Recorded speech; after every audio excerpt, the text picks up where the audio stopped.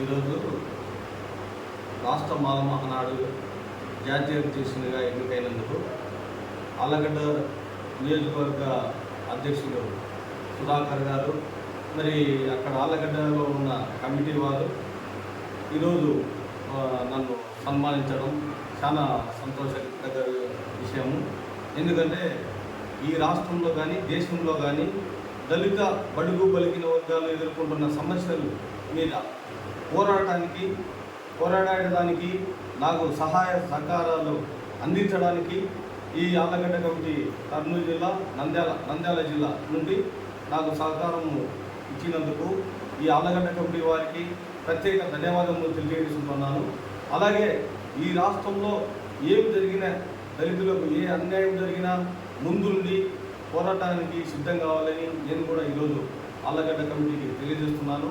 ఇదే కాకుండా ఇప్పుడు జరుగుతున్నటువంటి సమస్యలు ఇప్పుడు నిన్న రాత్రి జరిగినది విజయవాడలో ఒక అంబేద్కర్ విగ్రహానికి దగ్గర పోయి కొంతమంది దుండగులు అక్కడ ఉండే శిలా పలకాన్ని కొట్టబట్టి పగలగొట్టి అక్కడ విధ్వంసం సృష్టించాలని చూసినారు. అది అధికారికంగా కట్టిన భవనము. అక్కడ బందోబస్తు ఉంటారు, అనేక మంది బందోబస్తు ఉంటారు, జనాలు తిరిగే రద్దీ ప్రదేశం అది. అటువంటి అక్కడ జరిగిన దానికి ఒక పెద్ద కుట్రగా ఈ రాష్ట్ర దళిత బడుగు బలిగిన వర్గాల వారు అది ఒక పెద్ద కుట్రగా ఆలోచన చేస్తున్నారు. ఎందుకంటే ఆయన బాబా సాహెబ్ అంబేద్కర్ గారు ఈ దేశానికి దేశాన్ని ఇచ్చినటువంటి వ్యక్తి. ఆయన రాసిన రాజ్యాంగంలోనే ఈరోజు పాలకులు పరిపాలిస్తున్నారు. అటువంటి మహనీయుని విగ్రహాలను పాల్గొనడం అనేది చాలా హేయమైన చర్య. అది రాబోయే రోజులలో ఇటువంటి ప్రోత్సహించే వారికి, చేసిన వారికి సరైన బుద్ధి చెప్తామని రాష్ట్ర మాల మహానాడు తరఫున హెచ్చరిస్తున్నాను. జై భీమ్. జై భీమ్. ఆళ్లగడ్డ నియోజకవర్గం నుంచి పెన్నెం సుధాకర్ గారు అధ్యక్షులుగా మరియు నేను నియోజకవర్గ కార్యదర్శిగా ఎన్నిక రామోజీ మండలన్న గారు మమ్మల్ని ఎన్నుకోవడం జరిగినది.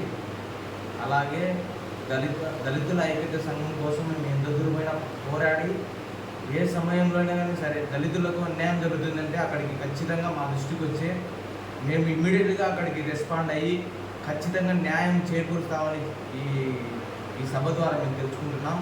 అలాగే అన్నకు రాష్ట్ర స్థాయి నుంచి జాతీయ స్థాయికి ఎన్నిక అయ్యారు కాబట్టి మేము మర్యాదపూర్వకంగా అన్నకు శుభాకాంక్షలు తెలపడానికి ఆళ్లగడ్డ నియోజకవర్గం నుంచి మేము సభ్యులందరం వచ్చాము.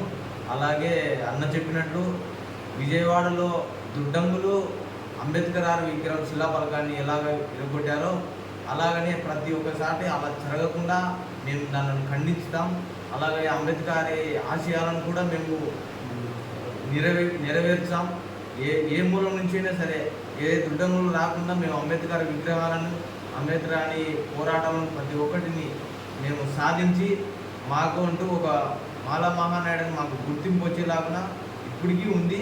కానీ ఇంకా గుర్తింపుని తెప్పించి ఎవరికైతే అన్యాయం జరుగుతుందో ప్రతి ఒక్క చోట మేము నిలబడి న్యాయం చేకూరుస్తామని ఈ సభాపూర్వకంగా అన్నగారి ముందు మేము తెలియజేస్తున్నాము. జై భీమ్.